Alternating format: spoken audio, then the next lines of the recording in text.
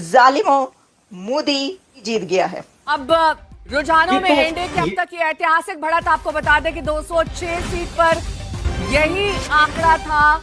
रुझानों में एनडीए की अब तक की ऐतिहासिक बढ़त जो आप देख रहे हैं वो 2010 में भी इसी तरीके से थी। रुझानों में एनडीए की अब तक की ऐतिहासिक बढ़त। दोस्तों, नरेंद्र मोदी की क्या कामयाबी का राज है, वो इलेक्शंस कैसे जीत जाते हैं, ये एक समझ लें कि बड़ा मुश्किल चीज थी। ये कहा जाता है कि ये जो इलेक्शन है ये बड़ा इंपॉर्टेंट था कि इसमें इज्जत बेइज्जती का मसला होता है हमारे south Asia, India, Pakistan, Bangladesh, Indian area के अंदर ना।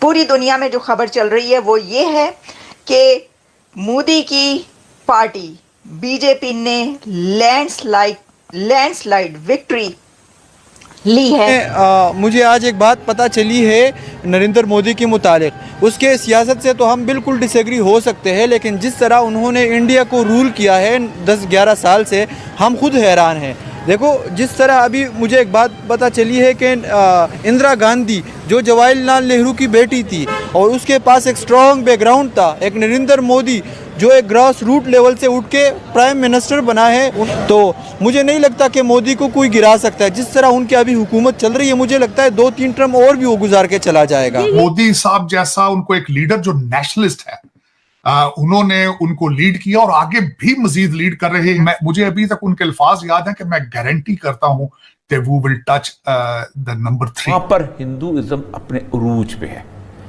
यानी जो चंद्रगुप्त मौर्य की को वहीं पर था, और उसके बाद बाकी क्या नाम है वो, क्या दूसरा जो था अपना गुप्ता की एम्पायर भी यहीं थी। खुद कपिल वस्तु की रियासत वहीं पर थी जहां से इन लोगों के जुल्म के खिलाफ गौतम बुद्ध उठा था, और वहां से फिर निकल के वो सारनाथ गया था, और वो सांची के इलाके के अंदर। हिंदुओं से इतनी नफरत है तो उनकी मूवीज क्यों देखते हैं आप? क्या वजह है? आप अपनी पसंद की चीजें उनमें से पिक करके उनको फॉलो करते हैं, लेकिन नफरत जब करनी हो तो उनके मजहब को सामने रख के नफरत का निशाना बना देते हैं आप। उनकी तरक्की को आप जो है वो देखना नहीं चाहते, मूवी उनकी मिस नहीं करना चाहते। क्या वजह है? हर आपके जो लौंडा लपाड़ा है उसकी गाड़ी में आज भी गाने अगर देखा जाए तो वो सारे भारतीय पंजाबी चल रहे हैं, सारे मूवीज के गाने चल रहे हैं, डांस हो रहे हैं मूवियों। आपके हर शादी के ऊपर बिल्कुल इस तरह लगता है कि मैं भारत में खड़ा हूं। हर शादी इस तरह लगती है कि उसमें टोटल इंडियन कल्चर की ठाप होती है, लेकिन उनकी तरक्की से बाइकाट है आपका, उनकी सियासत पे, उनकी डेमोक्रेसी से बाइकाट है आपका। ये ज्यादती है, और आप अपने आप से ज्यादती कर रहे हैं, उनके साथ ज्यादती नहीं है, क्योंकि they have given you a distance of at least 100 years. Mona, अब ये बात आती है कि बीइंग अ पर्सन जिसने मुसलमानों का मैसेकर कराया और इन्वॉल्वमेंट साबित हुई, अमेरिका का वीजा नहीं मिलता था अनटिल और अनलेस वो प्राइम मिनिस्टर नहीं बने इंडिया के, तब तक वो एक क्रिमिनल के तौर पर बैंड थे। क्या ये इंतखाबात जीतने की एक तरीकाकार नहीं है पाकिस्तान बैशिंग? शुक्रिया, थैंक यू। और जितने शुरका हैं सब ने यही बात की है, लेकिन मुझे नहीं पता आपके इल्म में है या नहीं, लेकिन मेरा इत्तेफाक हुआ था। मैं तकरीबन every second day Indian media पे मेरे जाने का इत्तेफाक होता है। आपको यू माइट ऑल्सो रिकॉल कि जब ये कैंसिलेशन आई थी इस ऑफर की हमारी तरफ से जो पुटअप की गई थी, एक दिन पहले एक्सेप्टेंस आई थी इसकी, एक दिन पहले उसको कबूल किया था। जिस दिन कबूल किया था, कोई तकरीबन 3 टॉक शोज में मैंने जाती तौर पर हिस्सा लिया था। मैंने एक जगह, not quoting all of them, but one thing in particular, एक जगह मैंने ये तक सुना कि why is your prime minister begging us to hold talks, we don't want to talk to you. मतलब ये बात तब आ रही है जब गवर्नमेंटल लेवल पे और हुकूमती हेड्स ने ये कह दिया है कि हम बात करेंगे। उन्होंने बेचारों ने ये तक कहा, मैं उनको बेचारा ही कहूंगी जिस तरह से उन्होंने सकम्प किया है प्रेशर को वो देखते हुए, कि उन्होंने ये तक कहा कि ये किसी तरह की रिजम्पशन ऑफ टॉक्स या डायलॉग नहीं है, हम सिर्फ मिलेंगे, हम सिर्फ बातचीत करेंगे, फिर इसके बाद देखेंगे कि आगे बढ़ना है या नहीं बढ़ना है।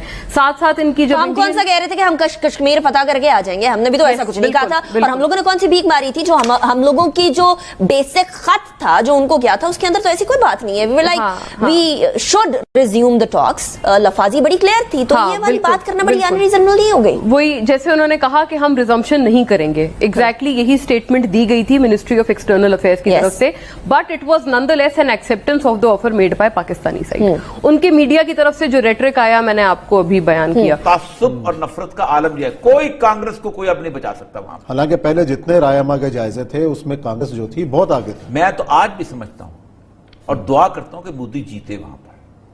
मैं सही कहता हूं। इस मोदी के आने के बाद पाकिस्तान में कितनी आवाजें खामोश हुई हैं, इम्तियाज आलम से लेकर नीचे तक। बोलता है कोई आज? सैफमा बोलता है कोई? सैफमा तो अब वैसे ही है, खत्म नहीं बोलता ना, बोल के दिखाए। अब बोले। जो इतने अरसे से इस मुल्क को बताया गया था कि हिंदू तुम्हारा दोस्त है, और या मेरा रसूल कहता है कि तुम्हारा दुश्मन है, मेरा कुरान कहता है कि खुला शिरक करने वाला तुम्हारा दुश्मन है, तुम बोलते हो। कांग्रेस भी नाकाम रही। इसके पीछे जो सबसे बड़ी रीजन है कि जो नरेंद्र मोदी है वो आम लोगों की माइंड के साथ खेल रहा है। वो हर वो पॉलिसी बना रहा है जो ग्रास रूट लेवल पे जाकर आम आदमी को फायदा देती है। जैसे कि वहाँ पे एजुकेशन के लिए बहुत अच्छा काम कर रहा है। अगर आप देखें आईटी के सेक्टर में तो नरेंद्र मोदी के दौर में उनकी आईटी की एक्सपोर्ट बहुत ज़्यादा बढ़ गई है। आपकी बड़ी नजर है इलेक्शंस पे इंडिया के है? ज़रूरी है, क्योंकि किसी भी अगर हम देखें हमारी हर पॉलिसी